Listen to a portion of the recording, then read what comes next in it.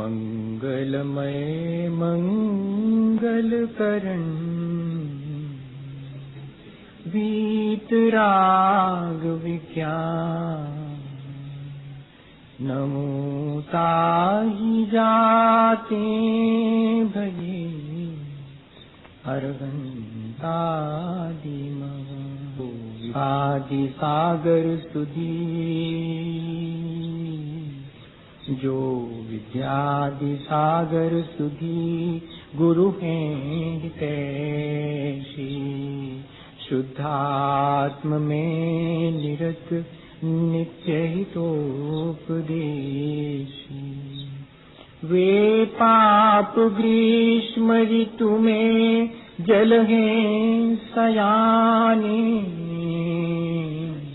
पूजूं उन्हें सतत केवल ज्ञापाने पूजूं उन्हें सतत केवल ज्ञान।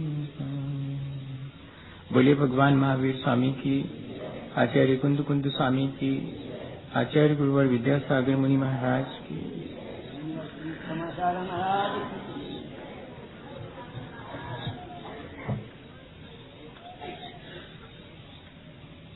हम लोगों ने ये बात बहुत अच्छे से पिछले दिनों समझ ली है कि हम जैसा कर्म करते हैं उसके प्रतिफल स्वरूप हमें वैसी ही जीवन में सुख दुख की प्राप्ति होती है। कोई नहीं चाहता कि वो अपने जीवन में दुख पाए। जो दुख बढ़ाने वाले काम करते हैं वे भी ये नहीं चाहते कि उनके जीवन में दुख आए। पर क्या करें, हमारी अपनी अज्ञानता, हमारी अपनी पुरुषार्थहीनता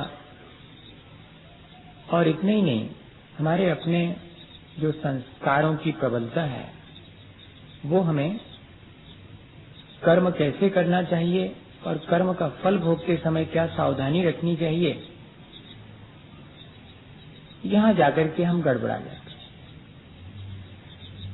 हमने पिछले दिनों ये बात अपने अनुभव से और आचार्यों के कहे अनुसार जान ली है कि यदि मैं मनुष्य हूं तो उसकी जिम्मेदारी मेरी है, और कोई अगर पशु के रूप में जीवन जी रहा है तो उसकी जिम्मेदारी उसकी है।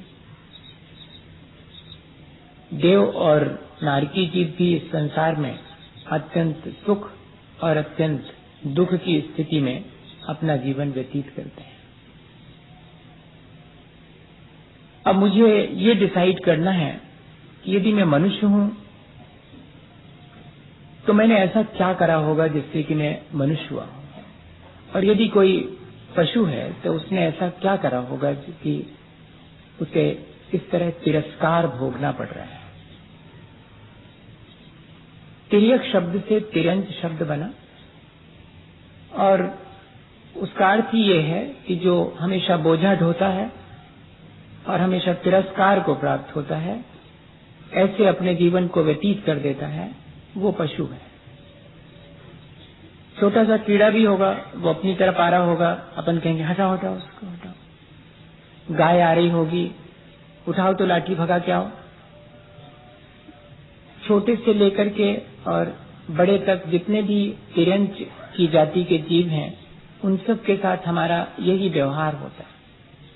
लेकिन हम विचार करें कि एक जीव ने इस तरह अपने जीवन को जीने की मजबूरी कैसे अपने कर्मों से अर्जित कर ली होगी, क्यों वो इस तरह जीने के लिए मजबूर हो गया। कल हमने समझा था कि कैसे हम अपना नरक निर्मित कर लेते हैं, कैसे हम अपने परिणामों को बिगाड़ करके, और यहाँ इस संसार में ही नहीं, जब हम यहाँ से ट्रांसमाइग्रेट करते हैं तब एक ऐसे संसार में जहाँ की असल में ऐसा है कि जिस तरह हम यहाँ जीते हैं उसी तरह आगे के लिए जीने के लिए भी हम तैयारी कर लेते हैं।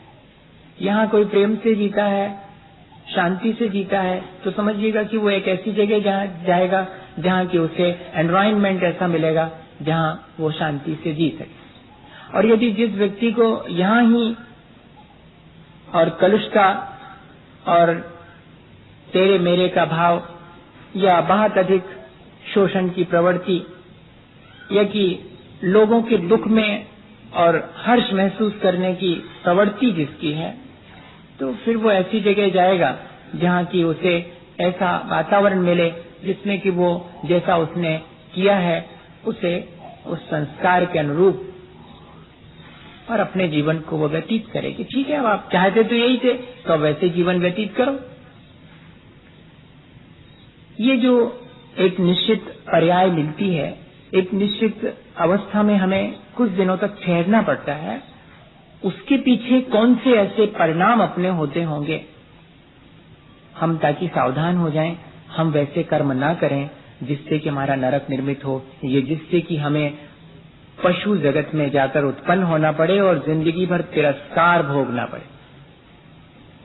इसके लिए समझना, आचार्य भगवंतों ने लिखा कि अगर ऐसी स्थिति को आप नहीं पाना चाहते तो ध्यान दें कि ऐसी स्थिति कैसे मिलती है। तो माया तैरग यो नयस्य, एयंच अवस्था में अगर कोई व्यक्ति है तो उसने अपने पूर्ण जीवन में बहुत मायाचारी करी होगी। और भी बहुत से कारण हैं, लेकिन प्रमुख कारण है मायाचारी। मायाचारी के मायने क्या है? इल्यूजन। मायाचारी के मायने हैं दिखावा, प्रदर्शन। मायाचारी के मायने हैं, यही तो है माया संसार की, जोड़ जोड़ के रखना, वो भी उसी में शामिल है, वो बिना उसके इकट्ठी नहीं होती। और मायाचारी के मायने हैं अलग अलग दिन भर में सैकड़ों किस्म के चेहरे लगा के जीना। मायाचारी के मायने हैं जो जैसा है वैसा ना कहकर, वैसा ना दिखाते हुए कुछ और ही होना। इतने सारे अर्थ हैं मायाचारी के, अब समझना पड़ेगा। अपन जैसे हैं वैसा दिखना पसंद ही नहीं करते, कोई नहीं पसंद करता। जिस व्यक्ति का जैसा चेहरा है वो उससे बढ़िया दिखना चाहता नहीं। अच्छा आप बताओ, झूठ बोल रहे हो तो आप बताओ, सबके लिए है ये, सब ऐसा करते हैं। अपन सोचते हैं, वो फोटोग्राफर से भी कहते हैं कि जरा बढ़िया सा फोटो खींचना। अरे जैसा वैसे आएगा वो क्या करेगा? क्या बढ़िया कुछ कर देगा क्या? नहीं, लेकिन सबके मन में कैसा भाव रहता? जैसा हूं वैसा नहीं। हमारे मन में एक अपनी इमेज होती है कि हम ऐसे दिखना चाहिए, हम जैसे हैं वैसे नहीं, कुछ अलग अपने मन में रहता है कि ऐसे दिखना चाहिए। और एक और भाव हमारे भीतर रहता है कि लोग हमें किस तरह देखते होंगे।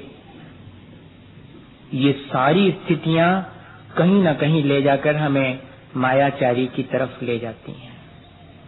एक फोटोग्राफर ने अपना संस्मरण लिखा कि उसने जब फोटोग्राफी शुरू की तो उसने अपने यहाँ पर एक बाहर और बोर्ड लगा लिया कि आप जैसे हैं वैसा फोटो खिंचवाना हो ओनली 5 रुपीज, सिर्फ 5 रुपए में। आप जैसा सोचते हैं कि ऐसे हैं या ऐसे होना चाहिए वैसा वाला फोटो 10 रुपीज, आप जैसे लोगों को देखना चाहते हैं वैसा वाला फोटो 25 रुपीज। और उसने लिखा अपने संस्मरण में कि पूरी जिंदगी में फोटोग्राफी करता रहा और सबसे सस्ता फोटो जो था वो किसी ने नहीं खिंचवाया, सबने 25-25 रुपए वाला फोटो खिंचवाया। कोई नहीं चाहता कि मैं जैसा हूं वैसा मेरा फोटो आए, जबकि वो सबसे सस्ता फोटो था। इससे क्या प्रतीक, इससे क्या ध्वनित होता है? हमारे भीतर ऐसा भाव या तो संस्कारवश कह लेवे या कि हमारी असावधानी, अज्ञानता कह लेवे, इस वजह से होता है। यदि हम थोड़े से सावधान हो जाएं और इस बात के लिए जागृत हो जाएं कि भाई जैसे हैं वैसे ही रहें ना, अगर अपने को वैसा नहीं पसंद करते हैं तो अपने को इम्प्रूव करें। एक चेहरा लगा करके क्यों जिए? इतना भी यदि हम अपने मन में विचार कर लेवे तब बहुत सारी चीजें जो जीवन में हम कर रहे हैं उनका स्टाइल चेंज हो जाएगा। कर्म करने का, कर्म तो सभी कर रहे हैं, बस कर्म करने के पीछे जो मानसिकता है वो बदलने से कर्म का फल बदल जाता है। एक ही कर्म 10 लोग कर रहे हैं, लेकिन सब अपने अपने अलग अलग अभिप्राय से कर रहे हैं, तो वही कर्म उनके लिए अलग अलग फल देगा। अभिप्राय बहुत कीमती है। कई बार ऐसा होता है कि अनजाने में, नहीं चाहते हुए भी, संस्कारवश हमारा अभिप्राय मायाचारी का हो जाता है। और सब इस चीज को जानते हैं कि त्रिलोक मंडल हाथी का पूर्व जीवन अगर किसी को मालूम हो तो वो ये एक बहुत बड़े मुनि महाराज थे। त्रिलोक मंडल हाथी जो हुआ था वो पूर्व जीवन में महाराज थे, मुनि महाराज। और वे एक गांव में गए और वहां उस गांव में जिस दिन वो पहुंचे उसके पहले एक और मुनि महाराज थे। वो महीनों महीनों उपवास करने वाले बड़े तपस्वी महाराज थे। वे वहां से गए और इनका वहां ऐसा कोइंसिडेंस हुआ कि इनका पहुंचना हुआ और उसी जगह पर ये जाके बैठ गए। लोग तो इसी इंप्रेशन में आए कि ये वही वाले मुनि महाराज हैं जो तपस्वी हैं, और सबने इनकी पूजा अर्चना करी और वाहवाही करी कि धन्य है हमारा सौभाग्य कि ऐसे महाराज के दर्शन हुए जो इतने तपस्वी हैं। और ये चुपचाप सुनते रहे। भीतर अभिप्राय गड़बड़ा गया। मिल रही है प्रशंसा तो आनंदित हो, एंजॉय करो, नहीं है वैसे तब भी एंजॉय करो। कितनी बार कहा कि इस वाले डाइस से खतरा बहुत है। मैंने कई बार कहा कि इस डाइस पर जो खड़ा होता है पता नहीं उसका क्या बिल्कुल एकदम चेंज हो जाता। इतने सारे प्रशंसा जैसा नहीं है, और वैसी प्रशंसा अगर करें और वैसी प्रशंसा सुनकर के कोई अगर गाफिल हो जावे तो उसका तो हो गया काम। बड़ी सावधानी का काम। हम तो सोचते हैं कि उतना ही कहो, ठीक है ऐसे हैं, बढ़िया है तो बहुत अच्छा और इससे भी अच्छे होना चाहिए। लेकिन जब वैसे नहीं है और हम वैसा कह रहे हैं और सामने वाला अगर चूक गया और उसने कहा कि ठीक कहा, ऐसा ही हूं मैं, हो गया, उसका अभिप्राय खोटा हुआ। और उतने से खोटे अभिप्राय से वो मुनि महाराज चाहते तो कह देते कि मैं वो वाला मुनि महाराज नहीं हूं जिसकी आप प्रशंसा कर रहे हैं, मैं तो आज ही आके यहाँ बैठा हूं। लेकिन भीतर में और मन में आ गया कि ठीक है, और उतने की वजह से, उस मायाचारी की वजह से तिरंचायु का बंध हुआ और त्रिलोक मंडल हाथी की पर्याय प्राप्त हुई। ये प्रथमानु योग का उदाहरण है। बहुत सावधानी की आवश्यकता। हम जैसे हैं, कम से कम कोई भले ही उससे ज्यादा माने, पर अपने भीतर अपने को उससे ज्यादा नहीं मानना चाहिए। जितने हैं उतने ठीक है,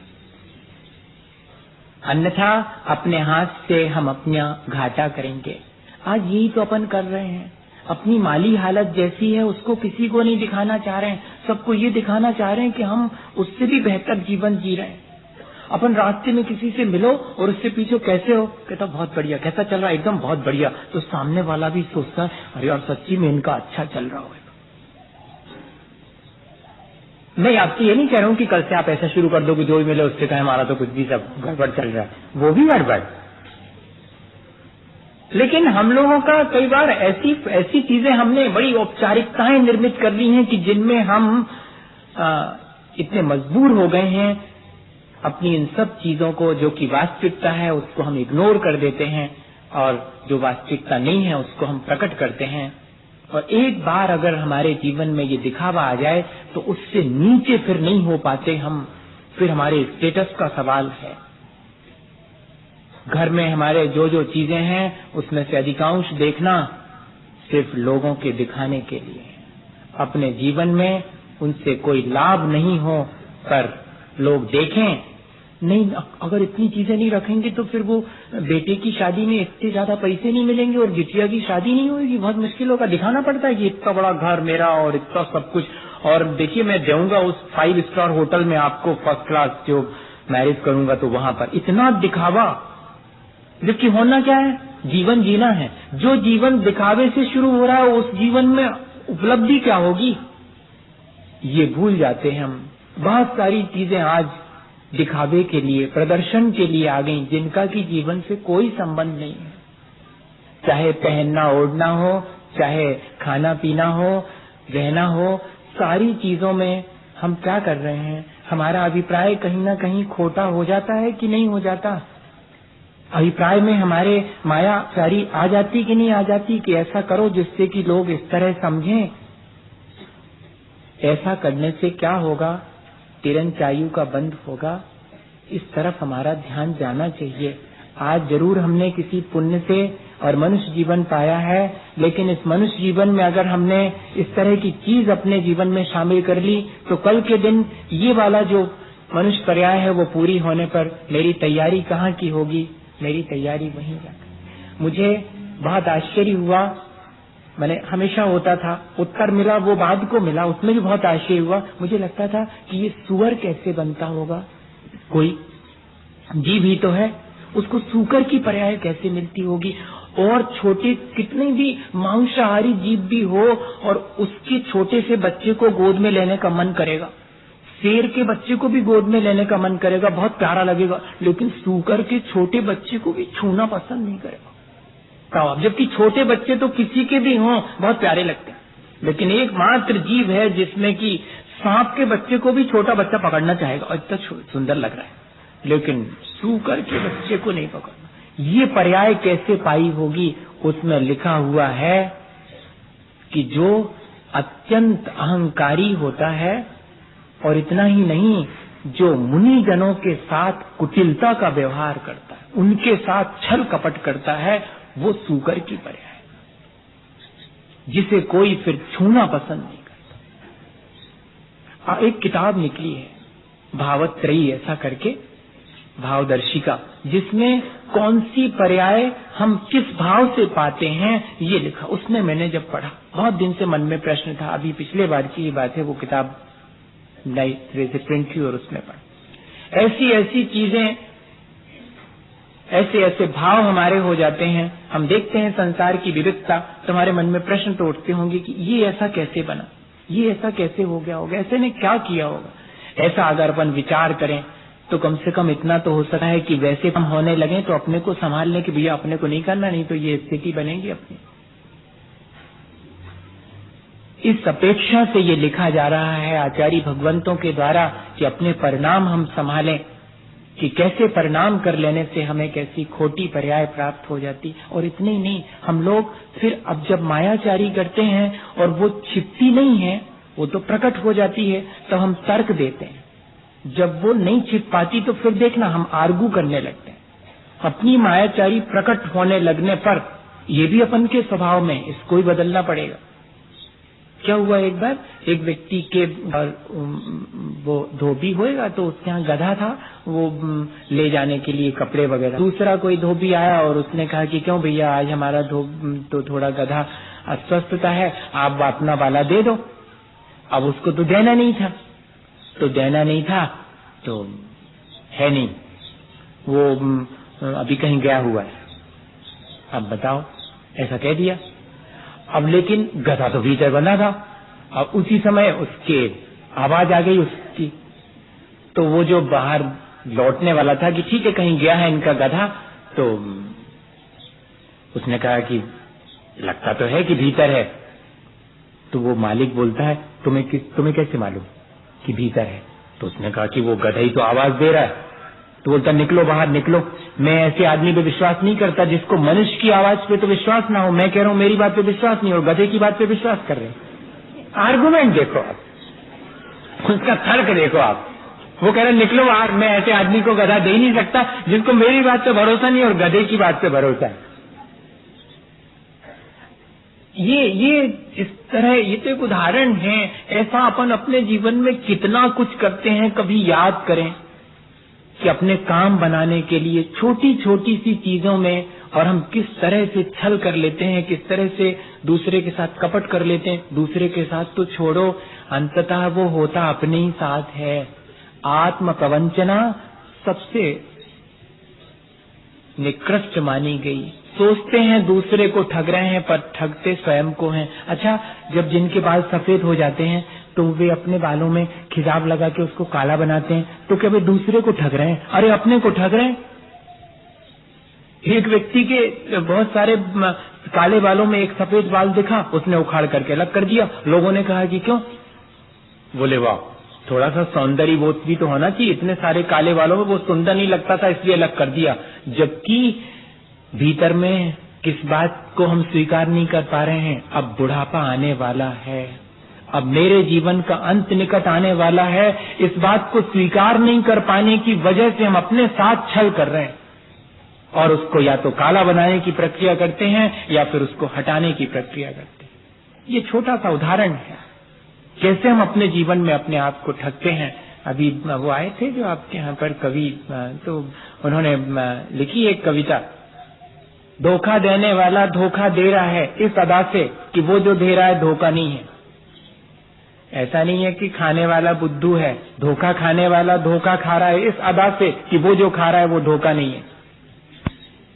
धोखा धोखा होने के बाद भी फल रहा है, दोनों मजे में है, दोनों का काम चल रहा है। धोखा धोखा होने के बाद भी फल रहा है, दोनों मजे में है, दोनों का काम चल रहा है, धोखा देने वाले का भी और धोखा खाने वाले का। इस तरह हम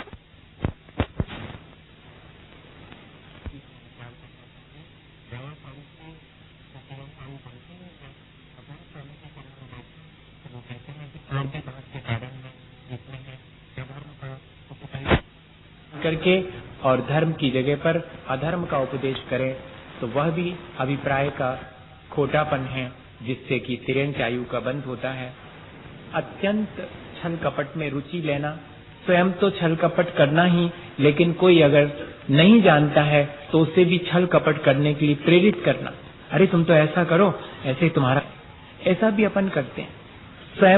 स्वयं तो कर ही रहे हैं लेकिन दूसरे को भी वैसा छल कपट करने की सलाह देते हैं। यह भी हमारे लिए और अंततः तिर्यंच गति में ले जाएगा। जाति कुल और शील में दूषण लगाना, दूसरे के लिए इस तरह अपमानित कर देना, उससे भी तिर्यंच आयु, क्योंकि आपने दूसरे को अपवादित करके उसका तिरस्कार करना चाहा ना, इसलिए आपको भी बाद में तिरस्कार मिलेगा, उस पर्याय में जीवन भर तिरस्कार मिलेगा। और फिर कह रहे हैं कि जिसंवाद करने में रुचि लेना, झगड़ा सुलझता हो इसमें रुचि नहीं, झगड़ा कैसे होता हो इस बात में रुचि लेना, कैसे और बढ़ जावे, ऐसे विसंवाद से अपन को बचना चाहिए। झगड़ा की भी जड़ क्या होती है? यही कि दूसरा मेरे से दूसरे को नीचे दिखाने का भाव, दूसरे के तिरस्कार का भाव, और तो कुछ नहीं होता। फिर कहते हैं मिथ्या साधनों से आजीविका चलाना। स्पष्ट है आज वर्तमान में अपनी आजीविका के लिए कैसे कैसे धोखाधड़ी के काम करना पड़ रहे हैं, कर रहे हैं लोग 4 पैसे के लिए। आगे क्या होगा? एक तरफ तो बहुत परिग्रह जोड़ने की लालसा, वो अपने नरक के लिए निर्मित करने का कारण, और उससे अगर बच भी गए तो दूसरी तरफ इस तरह छल कपट करके कमाया है तो आयु बंद होगा छल कपट के भाव के साथ, तो तिर्यंच आयु बंधेगी और जीवन भर फिर तिरस्कार ही होता रहेगा। और फिर कह रहे हैं कि सद्गुणों का लोप करना, ये बहुत वर्तमान में बहुत देखने में आता है। अपने भी और दूसरे के भी सद्गुण देखने की इच्छा होती, दुर्गुण की जाती। और जब क्या होता है, किसी के भीतर सद्गुण हो और वे न देखे जाएं तो उनका लोप ही तो हो गया।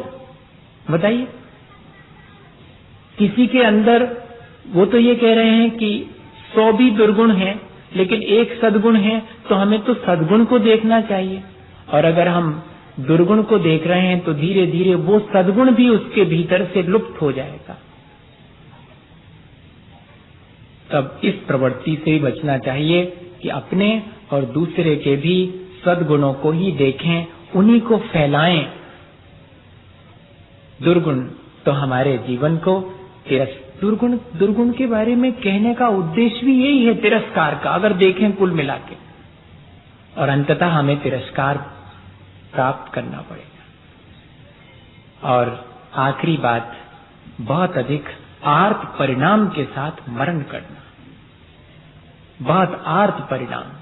बहुत दुख के परिणाम के साथ, और मरण को जो प्राप्त होते हैं तब उनके लिए भी यही दुखद स्थिति प्राप्त हो जाती है। हमें ये सावधानी रखनी चाहिए। कोई हमारे आसपास अगर मरण के समय और बहुत आर्त ध्यान करता है, हमें समझाना चाहिए, और स्वयं भी अपने जीवन में हमें सावधानी रखनी चाहिए कि ज्यादा आर्त परिणाम करूंगा तुरंत आयु बंधेगी, क्योंकि आयु का बंध कभी भी हो सकता है। उससे रोज एक ही परिणाम से 7 कर्मों में स्थिति अनुभाग पड़ेगा, किसी में कम किसी में ज्यादा, ये उसका कैलकुलेशन है।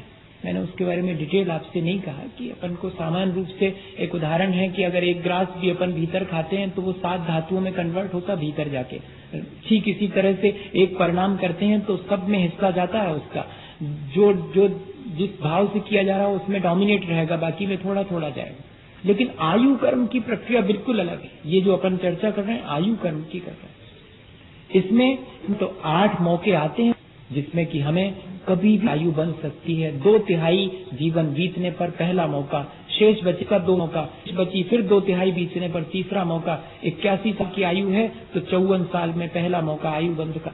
27 में से जब 18 निकल जाएंगे फिर दूसरा मौका, बची 9 में से फिर 6 निकल गए तीसरा मौका, सिर्फ 3 साल बचे उसमें से 2 निकल गए चौथा मौका, 1 वर्ष बची उसमें से 8 महीने निकल गए फिर 5वां मौका, 4 महीने बची मोटा हिसाब 3 महीने निकाल दो 6वां मौका, 1 महीना शेष बचा उसमें से भी 20 दिन निकल गए 7वां मौका, 10 दिन बचे उसमें से भी 6 निकल गए 8वां मौका, फिर भी नहीं बंधी तो एक आवली एक समय मरण से पहले आयु बंधेगी। इतने ही अवसर हैं आयु के, और इनमें हमें नहीं मालूम कि कब अवसर, उस समय हमारे परिणाम कैसे होंगे, बस जैसे होंगे वैसी आयु मिल जाएगी। जीवन भर अच्छा किया हो, आयु बंध के समय चूक गए। मुनि महाराज ने जीवन भर तपस्या करी थी और आयु बंध का वही समय था जिस समय उनके अंदर छल कपट आया, तिरंज होना पड़ा। भले ही त्रिलोक मंडल हाथी हुए और उनको पुण्य का भी फल मिला। देखते हैं कि इसका तो हो जाता है लेकिन कार में घूम रहा है ऐसी, जीवन भर पुण्य है तो, पर आयु बंध के समय चूक गए थे तो वो पर्याय मिली। और कई मनुष्य हैं जो आयु बंध के अच्छे परिणाम रख के मनुष्य बन गए हैं, लेकिन पश जीवन जीना पड़ता है।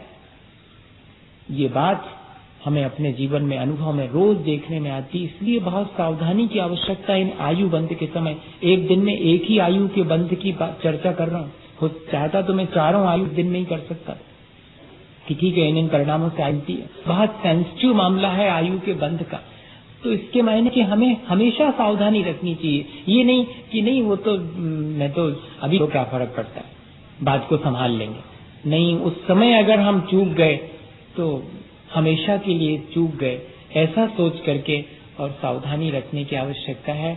और माया बचने का भाव, अपने अभिप्राय को खोटा नहीं होने देने का भाव और सावधानी हमेशा बनाए रखें। एक छोटा सा उदाहरण है कि एक सेल्समैन इस बात के लिए वो नियुक्त की गई थी, उनका नॉर्म वो थी इंग्लिश की, मैंने विदेश की कोई महिला थी, यहाँ इंडिया में, बहुत सच्ची घटना है। नॉर्म उनका सरनेम था, तो वो लेडी सेल्समैन थी वो, और उनका काम सिर्फ ये था कि जो कस्टमर आए उसको सिर्फ उसकी पसंद में मदद करना, उसको कपड़े पसंद करवाने में उसकी हेल्प करना। आई फैमिली तो उसमें उनको साड़ी खरीदना थी माँ को, तो उनको जो साड़ी पसंद आ रही थी सेल्समैन उनसे कह रही थी कि इसके शरीर पर उतनी बढ़िया नहीं लग रही, आप दूसरी ये ले लीजिएगा। और वाकई में वो जो उसकी सलाह दे रही थी वो बहुत अच्छी थी, लेकिन क्या करें, अब कस्टमर का मन वही है, तो वो जो उनको मैंने और लोगों को देखने में उतनी नहीं अच्छी लग रही थी वो ही लेके गई। और जब वो लेके चली गई तो जो और कस्टमर थे उन्होंने कहा कि वो दिखाइएगा जो आप खुद उनके लिए क्या सजेस्ट कर रही थी, वो साड़ी हमें दिखाइएगा। तो दिखाई, पूछा कितनी कीमत है, बोले क्या बताऊं, ये तो कुल 300 रुपए की है, वो जो ले गई है जो कि वो तो 500 रुपए की थी, मैं उनको ये सजेस्ट कर रही थी कि ये आपको ज्यादा अच्छी पड़ेगी। तो उस कस्टमर को बड़ा आश्चर्य हुआ। असल में जो व्यक्ति जितना निश्चल होगा वो उतना प्रामाणिक होगा। निश्चलता से और निष्कपट होने से प्रामाणिकता आती है, विश्वास बनता है। हम सोचते हैं कि छल कपट करने से लाभ होगा, नहीं, प्रामाणिकता नहीं बनती, ऑथेंटिसिटी नहीं बनती हमारी। कोई भी व्यक्ति हमें प्रामाणिक नहीं मानेगा अगर हम उसके साथ छल कर रहे होंगे। वो उन्होंने क्या जवाब दिया, जब ग्राहक ने कहा कि आप तो इतनी बड़ी सेल्समैन हैं और जब वो 500 की पसंद कर रहे थे तो आप उनको 300 वाली क्यों पसंद करने को कह रहे थे कि ये ज्यादा अच्छी लगेगी। तो मालूम उन्होंने क्या कहा कि मैं यहाँ पर अपने ग्राहक के साथ छल करने के लिए नियुक्त नहीं की गई, उसकी पसंद को समर्थन करने के लिए नियुक्त की गई हूँ। मुझे उससे छल करके क्या करना है।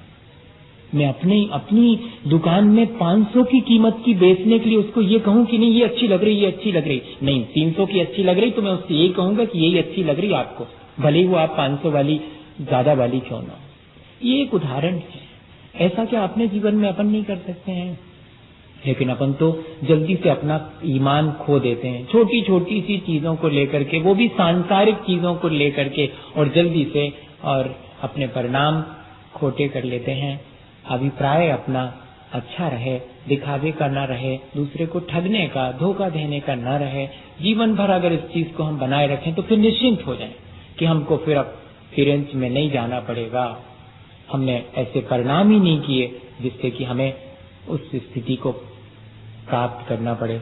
इसी भावना के साथ कि हम हमेशा अपने परिणाम संभालते रहें, उन चीजों से बचें जो कि चीजें हमारे लिए अहितकारी हैं।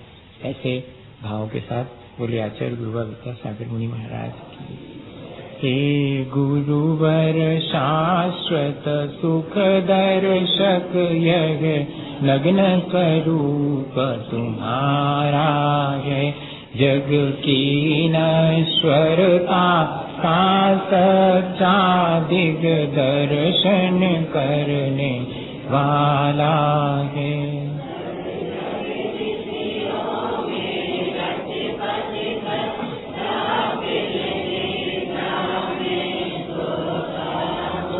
अथवा वह शिव के निष्कंटक पथ में विषकंटक होता हो, अहिंसा का सन्नाटा वन में बनचारी चरते हो, अब शांत निराकुल मानस तुम तत्वों का चिंतन करते हो।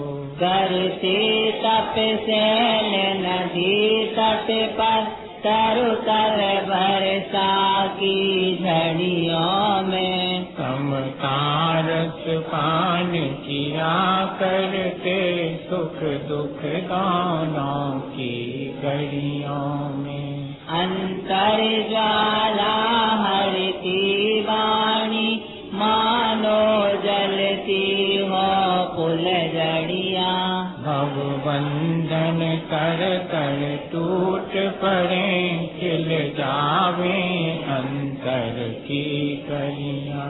तुम सादानी क्या कोई हो, जग को दे दी जग की निधियाँ, दिन रात लुटाया करते हो शम शम की अविनश्वर मणियाँ। हे निर्मल देव तुम्हें प्रणाम, हे ज्ञान दीप आगम प्रणाम, हे शांति त्याग के मूर्तिमान शिव पथ पंथी गुरुवर प्रणाम। मिथ्या समय नाश वे को ज्ञान के प्रकाश वे, आपा पर वास वे को भानु शिवा खानी है।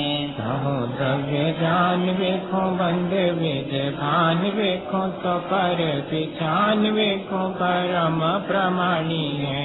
अनुभव बताए वे को जीवों के जताए वे, कहू न सताए वे को भव्य और आनी है। जहाँ तहाँ तार वेखो पार के उतार वेखो सुख वे हार वेखो यही दिन वाणी है। जावालो कालो सोवाणी मस्तक नमो सदा देत हूँ, उदक चंदन तांडोल पुष्प कई, चरु सुदीप सुदूप फलार्घ कई, धवल मंगल गान रवाकुले इन ग्रहे मुनि राज महम।